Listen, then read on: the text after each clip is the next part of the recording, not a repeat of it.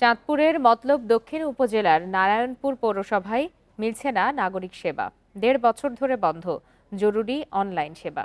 এমনকি স্থানীয় সরকার মন্ত্রণালয়ে অনলাইন নিবন্ধনের জন্য আবেদন করেও মিলছে না ওয়ার্ড ভিত্তিক জিও কোড।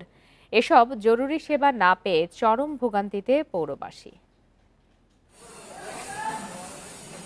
চাঁদপুরের মতলব দক্ষিণ উপজেলায় দুটো পৌরসভার একটি নারায়ণপুর। প্রায় ৫০,০০০ বাসিন্দাকে বিভিন্ন নাগরিক সেবা দিচ্ছেন মাত্র একজন প্রশাসক ও একজন কম্পিউটার অপারেটর। কাগজে কলমে নবগঠিত এই পৌরসভার জীর্ণশীর্ণ দোতলা ঘরেই চলছে সেবা কার্যক্রম। প্রতিদিন সকাল থেকে ভোটার আইডি, ছবি, প্রয়োজনীয় কাগজপত্র নিয়ে নারী পুরুষ ভিড় করলেও সেবা পাচ্ছেন না তারা। কম্পিউটার অপারেটর বলছেন, মন্ত্রণালয় থেকে ইউজার আইডি ও পাসওয়ার্ড না পাওয়ায় সেবা দিতে পারছেন না। প্রতিদিনই আমাদের কাছে লোকজন খুব যন্ত্রণা করতেছে, জন্ম নিবন্ধনের সেবা আমরা দিতে পারতেছি না।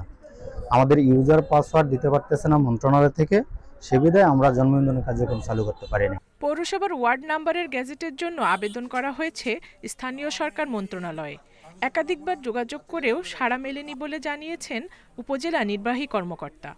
প্রস্তাবিত ওয়ার্ড নাম্বারের যে গ্যাজেট করার জন্য আমরা সেটি মন্ত্রণালয়ে পাঠিয়েছি, কিন্তু এখন পর্যন্ত আমরা কোনো ধরনের সাড়া পাইনি বা আমাদের যে গ্যাজেট হওয়ার কথা সেটি হয়নি। অনেকবারই যোগাযোগ করেছি, ভার্চুয়ালি বা মুঠোফোনে যোগাযোগ করেছি, কিন্তু কোনো ধরনের সাড়া পাওয়া যায়নি।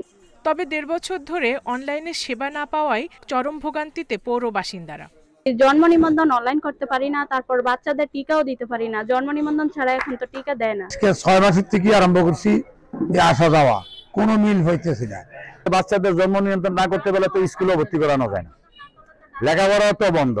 ২০১০ সালে নারায়ণপুর ইউনিয়নকে পৌরসভা করে স্থানীয় সরকার মন্ত্রণালয়। এরপর ইউনিয়ন ও পৌরসভা নিয়ে পক্ষ বিপক্ষে দায়ের করা হয় মামলা।